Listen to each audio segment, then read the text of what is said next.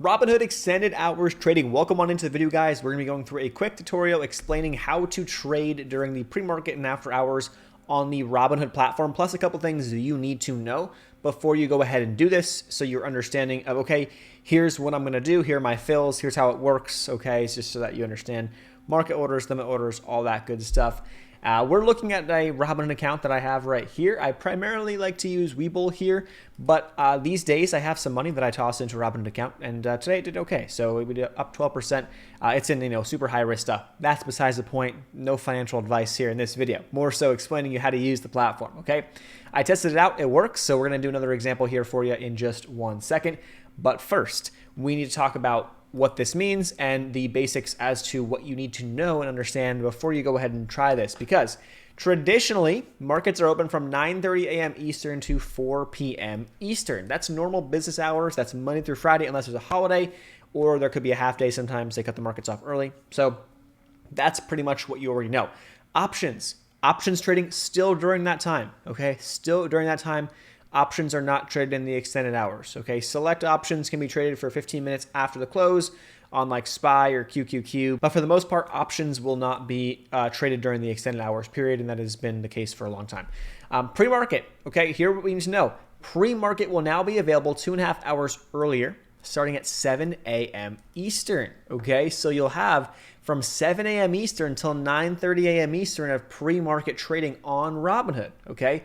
Now, after hours, you get 4 additional hours until 8 p.m. Eastern. So from 4 p.m. when the market closes until 8 p.m., you can still make trades, buy, sells. Okay?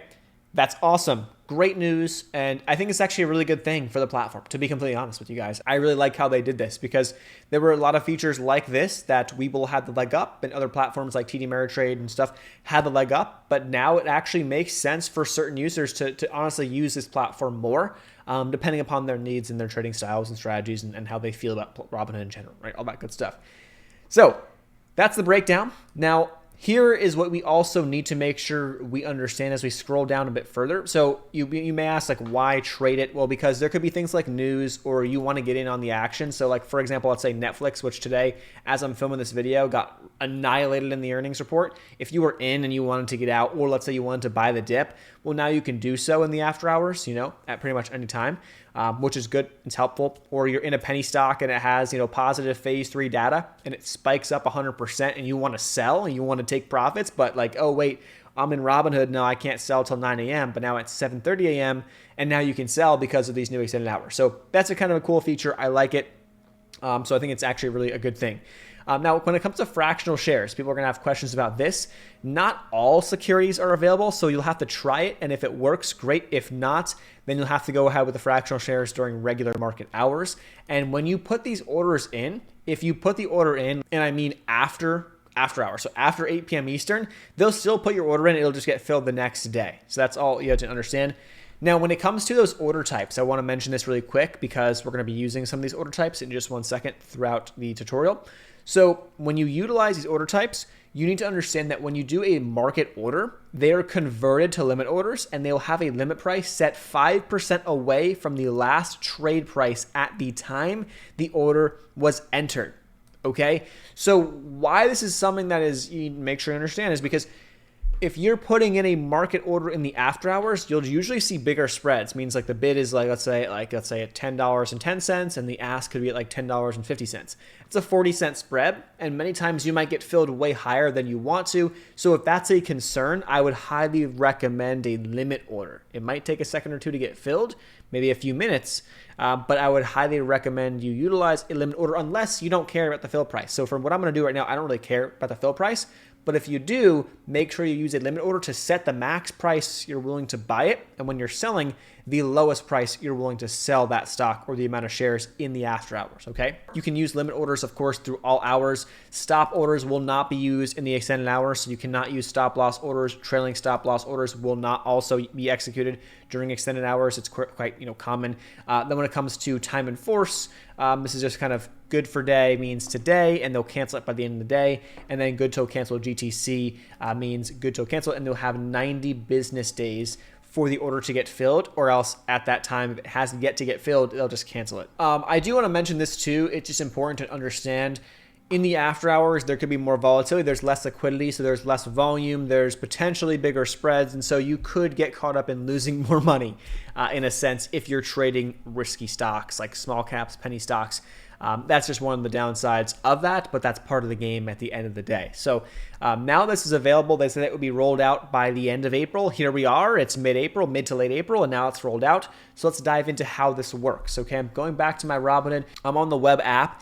You can utilize your phone, tablet, whatever. It's going to look very, very similar. So we have my positions, all this stuff. Let's just say I want to find a stock. I'm going to use GoPro as an example because I know it's a fairly cheap stock.